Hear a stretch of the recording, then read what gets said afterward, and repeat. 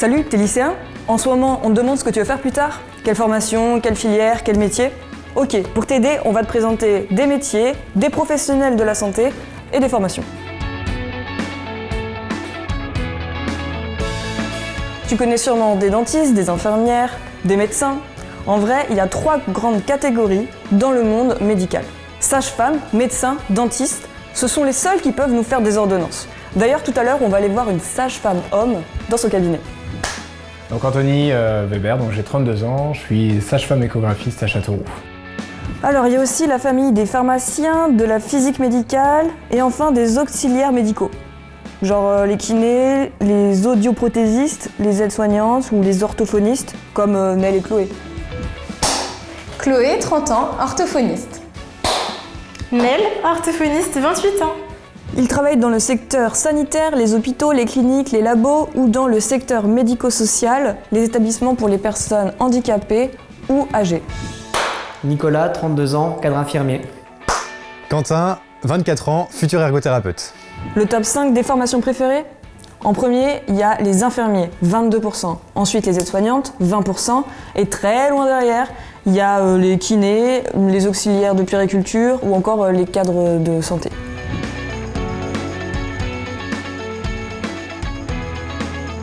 Voilà mon objet du quotidien. Il me sert à faire bien visualiser aux patients où positionner leur langue pour travailler l'articulation ou la déglutition. Alors avant, sur mon poste d'infirmier, clairement, l'objet fétiche, c'était la blouse. Maintenant, sur un poste de cadre de santé, mon objet fétiche, c'est le portable. Donc ça, c'est un objet que j'utilise beaucoup au quotidien, qui sert pour la communication avec les patients. Et donc, c'est un système de communication par image et par signe. La sage-femme, c'est une personne qui est au contact des couples, mais surtout des femmes, tout au long de leur grossesse, mais pas que. Ils accompagnent les femmes dans le cadre de leur gynécologie, après la naissance également. C'est un métier qui est très transversal, qui est très intéressant. Mon métier d'orthophoniste vise en fait à évaluer et rééduquer les troubles de la communication, du langage oral, du langage écrit. Le public est très varié, ça peut aller du nourrisson à la naissance pour travailler la succion, la déglutition, jusqu'à l'âge adulte pour travailler avec les patients qui ont eu des accidents, des AVC, des troubles neuro, la cancéro. Alors j'utilise beaucoup de jeux, mais les orthophonistes ne font pas que jouer. J'utilise aussi des classeurs, j'utilise des livres, j'utilise la vidéo pour que les patients puissent s'écouter, se voir, se corriger. J'ai fait 10 ans d'infirmier dans différentes structures. Je me suis concentré après sur la gériatrie. Mon poste actuel est tout récent, j'ai commencé il y a 2 mois. C'est vrai que ça m'éloigne un petit peu du soin, mais ce qui est intéressant dans ce métier, c'est qu'en tant que cadre de santé, on est cadre de proximité, où je suis encore au contact régulier des résidents. Du coup, c'est vrai que je suis plutôt accessible pour les équipes, j'ai aussi une connaissance du terrain. Je suis toujours dans cette réflexion en fait, de réfléchir à comment améliorer les choses, et pour les résidents et pour les équipes. Ma nouvelle mission maintenant, c'est d'organiser les soins et gérer les équipes au quotidien. Moi, je suis sage-femme échographiste, c'est-à-dire que je prends en charge les patientes uniquement dans leurs échographies de grossesse et en gynécologie. Et aussi parfois dans l'accompagnement des femmes qui ont un parcours de PMA, c'est-à-dire la procréation médicalement assistée. Et je travaille dans le secteur libéral. Disons que j'ai pas besoin de me lever la nuit ou d'aller le samedi et dimanche faire des accouchements. Je travaille au centre ressources autisme à Tours. On fait que des bilans de diagnostic pour enfants avec autisme en fait. Et donc je travaille avec toute une équipe pluridisciplinaire. Donc c'est très différent du cadre du libéral. Comme j'ai 2 activités, du coup c'est assez varié. Ça, c'est vraiment une question d'affinité. Moi, ce qui me passionne le plus, c'est les troubles de fluence, bégaiement, bredouillement. Je me suis un peu spécialisée dans l'autisme et la prise en charge aussi d'enfants porteurs de handicap, trisomie 21, surdité. À l'adolescence, avec la problématique sociale, ils arrivent avec une vraie souffrance et en fait, ils ressortent hyper heureux parce qu'ils peuvent communiquer bien mieux avec leur groupe d'amis, par exemple. Il n'y a jamais une journée qui est pareille, jamais un patient, même avec une même pathologie, qu'on va rééduquer de la même façon. Il faudra s'adapter à chacun. Donc les qualités d'une bonne orthophoniste, c'est la bienveillance, l'écoute, la rigueur, l'empathie. Dans la communication aussi avec les familles, avec les patients. Les qualités premières d'une sage-femme, c'est d'être à l'écoute des femmes et surtout de prendre le temps, d'arriver à aller au-delà du simple soin. On a vraiment de la proximité avec les gens. 50% du soin, en fait, c'est le relationnel. C'est comment on aborde l'autre, comment on explique à l'autre le soin qu'on va effectuer. Je suis plutôt quelqu'un de calme en apparence, même si des fois intérieurement ça peut bouillonner aussi. Il faut avoir comme cette capacité de résistance à la fatigue et à la pression, parce qu'on est dans des prises de décision aussi. Alors moi j'ai fait 2 années de prépa parce que j'ai raté mes concours la première année et ensuite j'ai fait 4 ans à l'école d'orthophonie. Après mon bac, j'ai fait une année de classe préparatoire pour les concours d'orthophonie. Comme j'ai pas réussi à les avoir tout de suite, j'ai fait 2 années de fac en sciences du langage. J'ai fait mes 4 ans d'études en orthophonie et puis ensuite j'ai commencé tout de suite l'activité mixte, libérale et salariat. Donc j'ai passé mon diplôme infirmier pendant ma terminale scientifique et j'ai enchaîné par l'IFSI de Vierzon sur 3 ans. J'ai eu la chance d'être jeune sapeur-pompier et ensuite d'être sapeur-pompier volontaire. Donc du coup j'avais un petit peu cette fibre-là de prendre soin des gens. 1 année de médecine, 4 ans d'école de sage-femme pour me spécialiser en échographie. J'ai passé un diplôme interuniversitaire d'échographie obstétricale et gynécologique qui me permet de pratiquer les échographies de grossesse. Des formations, il y en a partout dans la région. Ambulancier à Blois, kiné à Orléans, auxiliaire de puériculture à Bourges, infirmier, médecin.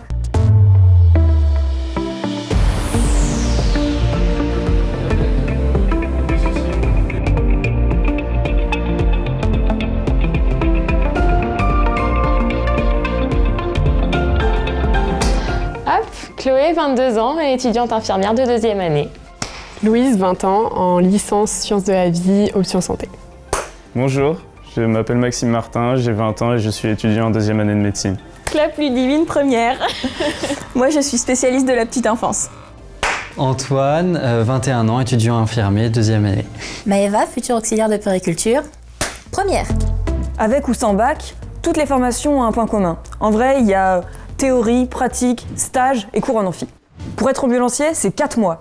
Aide-soignante ou auxiliaire de puériculture, c'est 1 an. Infirmier ou ergothérapeute, c'est 3 ans. 5 ans pour masseur kiné, orthophoniste ou sage-femme. 6 ans pour devenir pharmacien et 9 ans et plus pour devenir médecin. Les objets fétiches, il y a tout d'abord la blouse. Et puis on a aussi notre stéthoscope. Donc le thermomètre est un outil qui fait vraiment partie de mon quotidien d'auxiliaire de puériculture. C'est un lève-personne, donc pour passer du lit par exemple au fauteuil. Alors mon objet fétiche, c'est la pince cochère. On l'utilise pour déboulonner certains produits et pour clamper certaines tubulures. Il faut se le dire, les séries qu'on voit à la télé, ça reflète pas ce qui se passe dans la vie réelle, mais par contre, c'est vrai que ça donne envie. Bon là, tu te demandes comment est-ce qu'on fait pour accéder à ce type de formation. En vrai, c'est pas compliqué. C'est sur dossier, Parcoursup, sur concours. Niveau argent, c'est pas compliqué non plus. En fait, les formations, elles sont aidées. Elles sont financées par l'État, par le conseil régional, par ton employeur, par Pôle emploi. Et en plus, bonus, les formations sont réalisables tout au long de ta carrière. À la base, je voulais faire pharmacienne. Alors, j'ai fait un stage quand j'étais au collège, en 3e, ça m'a pas du tout plu. 2 années de médecine qui ne sont pas très bien passées et je voulais absolument être dans le soin. Du coup, je me suis orientée vers infirmier par Parcoursup. J'ai toujours su que je voulais travailler dans le médical. J'ai d'abord fait médecine. Et je me suis rendu compte que c'était pas forcément pour moi des très longues études. Donc après, j'ai fait 1 an de fac de bio et infirmière, ça me plaisait bien, surtout cette relation avec le patient justement, et puis couplée aux soins techniques, malgré tout, ça me correspondait. C'était au lycée, parce qu'en fait, mon prof principal m'avait dit « Ouh, médecine, c'est dur quand même, je sais pas si tu y arriveras, machin ». Il m'avait dit « Prévois un plan B, on ne sait jamais ». Après le bac, j'ai fait 2 ans de première année de médecine. J'ai intégré une université et du coup, j'ai validé ma 2e année de STAPS et après, j'ai fini, donc j'ai validé ma licence en fait. Et c'est grâce à cette licence que je suis rentré en école d'ergothérapie. L'école d'ergo, donc ça se déroule en 3 ans. Je sors d'un bac STG, donc c'est un bac technologique marketing. J'ai fait 3 ans à l'école d'infirmière. À la sortie de l'école d'infirmière, j'ai été embauchée dans un hôpital pour travailler en pédiatrie, urgence pédiatrique et néonate. C'est grâce à cet hôpital que je suis à l'école de puéricultrice aujourd'hui. Depuis le collège, j'avais demandé en orientation le CAP Petite Enfance. J'ai suivi un peu les avis des uns et des autres qui me conseillaient d'avoir au moins un bac. Après mon bac littéraire, j'ai fait 1 an de droit. Auxiliaire de puériculture, j'y suis revenue, j'ai tenté et me voilà aujourd'hui à l'Institut de la Croix-Rouge. J'ai eu mon bac S, j'ai commencé une première année en études de santé et puis j'ai bifurqué sur une licence sciences de la vie, option santé, qui est la nouvelle réforme LAS. Cette année, je fais un double cursus, une licence sciences de la vie et les cours de santé et de médecine.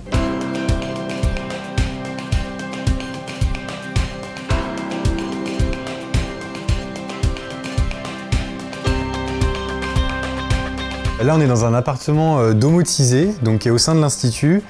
Et en fait, ça reprend un peu des environnements de domicile. On fait cours dans cette salle-là, par exemple. On peut s'entraîner à réaliser certaines évaluations qu'on fait passer à nos patients par la suite. Ça nous permet aussi de tester un peu le matériel, avec du coup des placards qui peuvent se baisser, des plans de travail aussi qui peuvent se baisser. Donc on expérimente un petit peu en fait dans cet univers-là. Ça, souvent, c'est des TD assez sympas, ça. On est des petites promos de 30, il y a vraiment un esprit de famille, on est vraiment là pour s'aider les uns les autres et il y a vraiment une bonne ambiance. Ouais, c'est beaucoup à l'école en tout cas de cours magistraux avec des médecins, des formateurs. Notre formation se déroule en 3 ans. On a besoin d'être à 100% dans sa formation, voire même à 200%. Je vais vous ausculter, monsieur. Il y a beaucoup d'exercices de simulation et ils sont très immersifs. Et c'est assez ressemblant avec la réalité. J'ai fait 2 ans de PACES, puisque j'ai redoublé, et puis maintenant voilà, j'ai réussi à passer le concours. Alors oui, c'est dur, il peut y avoir une certaine pression avec le concours. Là, en 2e année, il y a de la théorie et de la pratique. Là, cette année, j'ai eu des stages au bloc opératoire, et j'ai eu aussi des TP d'anatomie. On a 6 stages. Les stages, c'est très très important, ça nous apporte énormément, et ça rend concret tout ce que les formateurs nous apportent.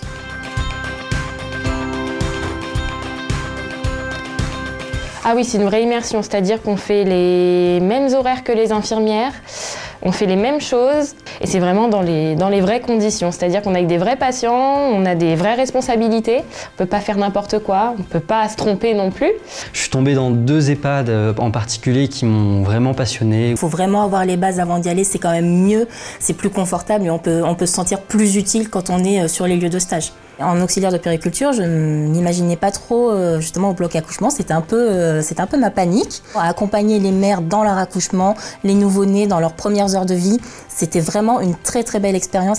Ce que j'ai trouvé passionnant, c'est le fait que l'ergo peut faire 10 000 trucs, donc ça j'ai trouvé ça vraiment chouette. Après, ce qui est un peu plus difficile, c'est justement par exemple les stages en neurologie, où là vraiment on se rend compte que du coup il y a quand même une grande part de théorie, où il faut bien connaître les pathologies, faut être très calé quand même sur toute la partie médicale. Tout ce qu'on a vu en théorie et de le voir cette fois en réalité, et c'est super intéressant. Les médecins sont souvent très bienveillants et vont vers nous pour nous expliquer. Les stages ne sont pas forcément faciles parce que on rencontre des personnes malades la plupart du temps. En sortant de stage, ça m'arrivait de pleurer toutes les larmes de mon corps par rapport à des situations que j'ai vécues. On a des patients qui ne sont pas forcément en bonne santé, donc c'est surtout gérer les émotions qui est compliqué. J'ai eu un peu de mal au début avec la mort, mais c'est quelque chose qu'il faut qu'on apprenne. Et il y a une certaine pression quotidienne où la moindre erreur peut être fatale. Le milieu hospitalier, c'est particulier, c'est pas facile.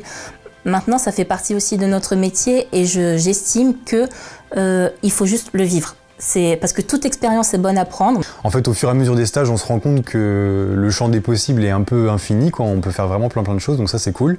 En fait, on voit tellement de lieux de vie, des lieux de lieux de stage qu'on peut vraiment se projeter dans un futur.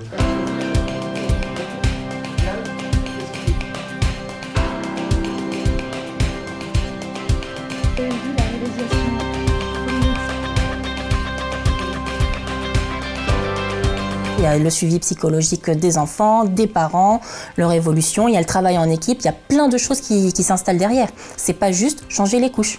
Avec l'école de puère, du coup, je fais des grosses découvertes parce que j'ai été dernièrement en stage en crèche familiale. Et le travail est pas pareil qu'à l'hôpital, forcément. Hein. La relation de confiance est hyper importante dans notre travail, hein, que ce soit avec les adultes ou les enfants. On peut travailler en libéral comme en salariat, mais en même temps, c'est un métier qui est hyper vaste. J'aime beaucoup tous les soins techniques, les pansements, les perfusions. Ça me plaît bien. Je pense que le métier d'infirmier, c'est un métier de passion. Il faut vraiment être au contact, il faut aimer l'humain. La proximité, on l'a, hein. Et l'empathie aussi. On n'a pas forcément toujours des patients faciles. La patience, ça c'est important. Et puis je pense la curiosité. Il faut être volontaire et il faut ne pas avoir peur d'aller vers les patients. Beaucoup de sérieux et de rigueur, beaucoup d'organisation. Gestion des émotions et patience. Empathie, communication, bienveillance et patience. Il faut avoir une capacité d'analyse, il faut avoir une capacité de réaction, il faut de l'observation, du calme, du sang-froid. C'est aussi indispensable. Avoir une appétence pour imaginer un petit peu, pour être créatif. Certes, c'est un métier pas facile, mais c'est un métier où il faut du cœur. Sérieux, rigoureux, parce qu'il y a toute une part du métier quand même qui nous demande un peu de concentration et puis de sérieux, donc je pense que c'est important aussi.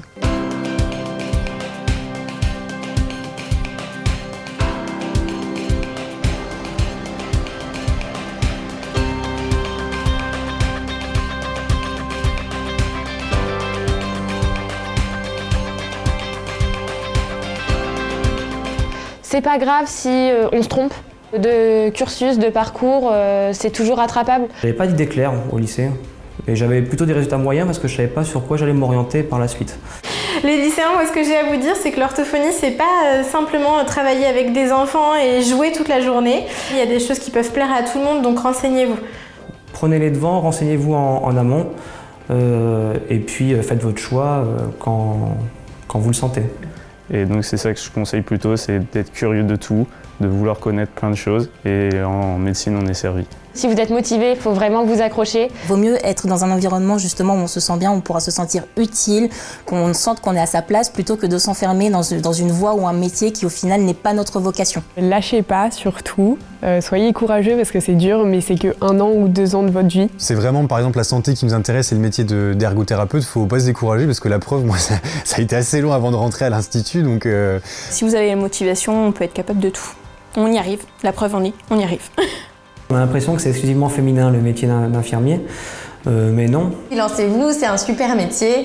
Voilà, on en apprend tous les jours, c'est très très riche. Il y a une grosse pénurie d'orthophonistes en France, donc il ne faut pas hésiter, il y a beaucoup de postes disponibles. On n'est que 200 hommes en France sages-femmes, et donc ça représente à peu près 1% de la profession. Et oui, milieu encore très très féminin. Moi dans ma promotion, j'avais aucun homme. Messieurs les lycéens, vous pouvez devenir aussi orthophoniste.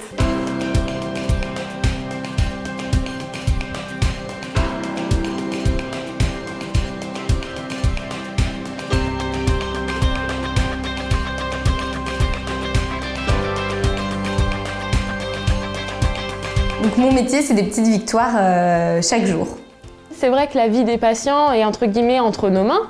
Ce qui est difficile, on peut le surmonter. Le domaine médical, c'est l'un des métiers, si ce n'est le métier le plus noble du monde. C'est pour ça que j'ai voulu moi aussi faire partie de cette grande famille. Pour moi, c'est que du bonheur. C'est ma vocation et je la laisserai ma place pour rien au monde.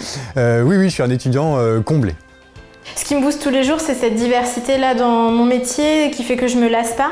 Et puis aussi de voir les patients s'épanouir petit à petit, c'est vraiment magique. J'adore mon métier. Moi, je pense que je vais rester sage-femme pendant très très longtemps.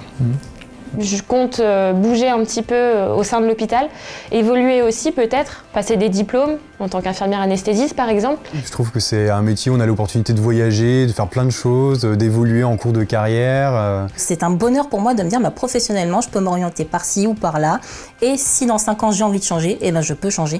C'est mon élément quoi.